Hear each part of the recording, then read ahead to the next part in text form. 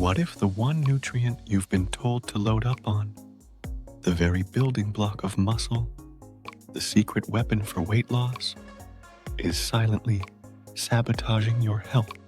We see it everywhere. The fitness influencer chugging a gallon of protein shake, the keto dieter piling their plate high with steak, the belief that if some protein is good, then more must be better. But the line between optimal and overload is dangerously thin, and crossing it triggers a cascade of events inside your body that most people never see coming. A chain reaction that begins with a silent strain on your most vital organs and ends in a way you'd never expect. This isn't about scaring you away from protein. This is about understanding the hidden tipping point. Protein has earned its crown. It is, without a doubt, the king of macronutrients. It builds and repairs every single cell in your body, from your biceps to your brain cells. It's incredibly satiating, helping you feel fuller for longer, which is a massive advantage for anyone trying to manage their weight. In a world of confusing nutritional advice, eat more protein has become a simple, reliable mantra, and for most of us, it's good advice. The problem is, we've taken that good advice and supercharged it. The wellness industry has turned protein into a magic elixir, packing it into everything from breakfast cereal to bottled water. High-protein diets like carnivore, keto, and paleo have gone from niche to mainstream, encouraging protein intakes that would have been unimaginable just a few decades ago. This has created a massive, unspoken experiment. We're all pushing the limits, but we rarely stop to ask the most important question: is there a ceiling? Is there a point where this powerful nutrient stops being a friend and starts becoming a foe? So, to truly understand what happens when you push your body past its protein limit, we need to follow the journey of that one extra scoop of protein powder, that one extra chicken breast. We can't just look at the surface level effects. We need to go deeper to see how the body processes it, struggles with it, and ultimately, what it does with the excess. We're going to break this down into 3 critical stages of overload. First, we'll explore the burden, the immediate stress placed on your body's filtration system. Then, we'll dive into the breakdown, the surprising and counterintuitive things that happen in your gut. And finally, we'll uncover the backlash, the subtle but serious long-term consequences that most people completely miss. By the end of this journey, you'll not only understand the hidden dangers, but also know exactly how to find your personal protein sweet spot for optimal health. Let's start with the burden. Imagine your kidneys are a pair of incredibly sophisticated, high-tech water filtration plants. Day in and day out, they silently filter all the blood in your body, removing waste products and keeping everything in perfect balance. When you eat protein, your body breaks it down into amino acids to build muscle and run cellular processes. But any protein that isn't needed for these tasks creates a metabolic byproduct, a waste product called urea. Now, in normal amounts, your kidney filtration plant handles urea with ease. It's a standard part of the job. But when you start consuming extremely high amounts of protein, say double or triple the recommended daily amount, you are flooding the system. You're forcing that filtration plant into a constant state of overdrive. The tiny, delicate filtering units in your kidneys, called nephrons, are working overtime 24/7 with no breaks. To get rid of this massive urea load, your kidneys need a key resource: water. They pull water from your body to dilute the urea and flush it out through your urine.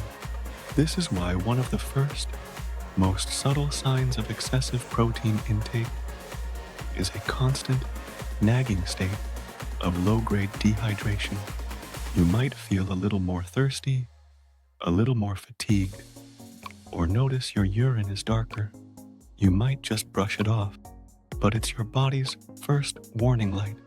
For a person with healthy kidneys, this sustained overwork isn't likely to cause immediate failure, but it's a significant, chronic stress. It's like redlining the engine of your car every single day. Eventually, that wear and tear adds up. Now, let's follow that protein journey further down the line, to a place where things get even more complex, your gut. This is where we uncover the breakdown. Most people assume that if you eat too much protein, your body just converts it to fat. That can happen, but the real story begins in your digestive tract. Your small intestine is where the vast majority of protein is supposed to be broken down and absorbed. But just like your kidneys, it has a capacity limit.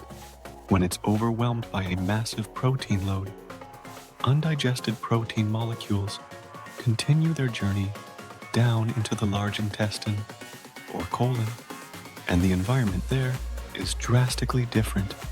The trillions of bacteria living in your colon aren't primarily designed to feast on protein. They thrive on fermenting fiber from plants. When they are instead forced to deal with this influx of undigested protein, a process called putrefaction occurs. Instead of producing beneficial compounds, this process releases inflammatory byproducts like ammonia, phenols, and hydrogen sulfide. These compounds not only cause the infamous protein farts, but they can shift the entire balance of your gut microbiome, favoring inflammatory species of bacteria over the beneficial ones. This low-grade gut inflammation is linked to a whole host of modern health problems. But that's not all. Remember the fat storage paradox? That also happens here. The liver, in a process called gluconeogenesis, can take the amino acids from that excess protein and convert them into pure glucose, sugar. If your body doesn't need that sugar for immediate energy, it does the only thing it can. It stores it as body fat. So, ironically, that hyper-aggressive, high-protein diet you thought was the ultimate fat-burning machine could actually be a backdoor for your body to create and store more fat, all while compromising the health of your gut. This brings us to the final stage, the culmination of all these subtle stresses, the backlash. This is where we connect the dots and see the long-term, big-picture risks. We have overworked kidneys from the burden and an inflamed gut from the breakdown. What happens when this state continues for years or even decades? The most significant and overlooked danger isn't something the protein does to your body, but what it prevents you from putting in your body. It's a concept called nutrient displacement. Think about it. You only have a finite number of calories you can eat in a day. If 35 or 40% of those calories are consistently coming from protein sources like meat, eggs, and shakes, what are you displacing? What are you not eating? The answer is almost always fiber-rich, nutrient-dense plants. You're missing out on the vast array of polyphenols, antioxidants, vitamins, and minerals found in fruits, vegetables, legumes, and whole grains. These are the very compounds that protect your DNA, reduce inflammation, feed your beneficial gut bacteria, and drastically lower your risk of chronic diseases like heart disease and cancer. The real insidious danger of an extreme high-protein diet isn't just the strain of too much protein, it's the profound nutritional opportunity cost. You're so focused on hitting one macro target that you inadvertently starve your body of the thousands of other micronutrients it needs to thrive for the long haul. You might be building muscle in the short term, but you could be sacrificing the health of your entire system in the long term. So let's pull this all together. We started by exploring the modern obsession with protein and asked if there's a tipping point. And the answer is a clear yes. First, we learned that overloading on protein puts a direct, chronic burden on your kidneys, forcing them into overdrive and risking a constant state of low-grade dehydration. Second, we saw how that excess, undigested protein can travel to your colon, where it putrefies, damages your gut microbiome, and can paradoxically lead to fat storage through a backdoor sugar creation process. And most importantly, we uncovered the biggest hidden danger of all: nutrient displacement. By focusing so intensely on getting more and more protein, you risk crowding out the vital, protective, and fiber-rich plant foods your body desperately needs for long-term health and disease prevention. The goal isn't to demonize protein. It's a vital nutrient. The goal is to respect it. It's a powerful tool for your health, but it is not a magic bullet. True, lasting health is always found in balance, not in excess. Now, I want to hear from you. Have you ever found yourself caught up in the more protein is always better mindset?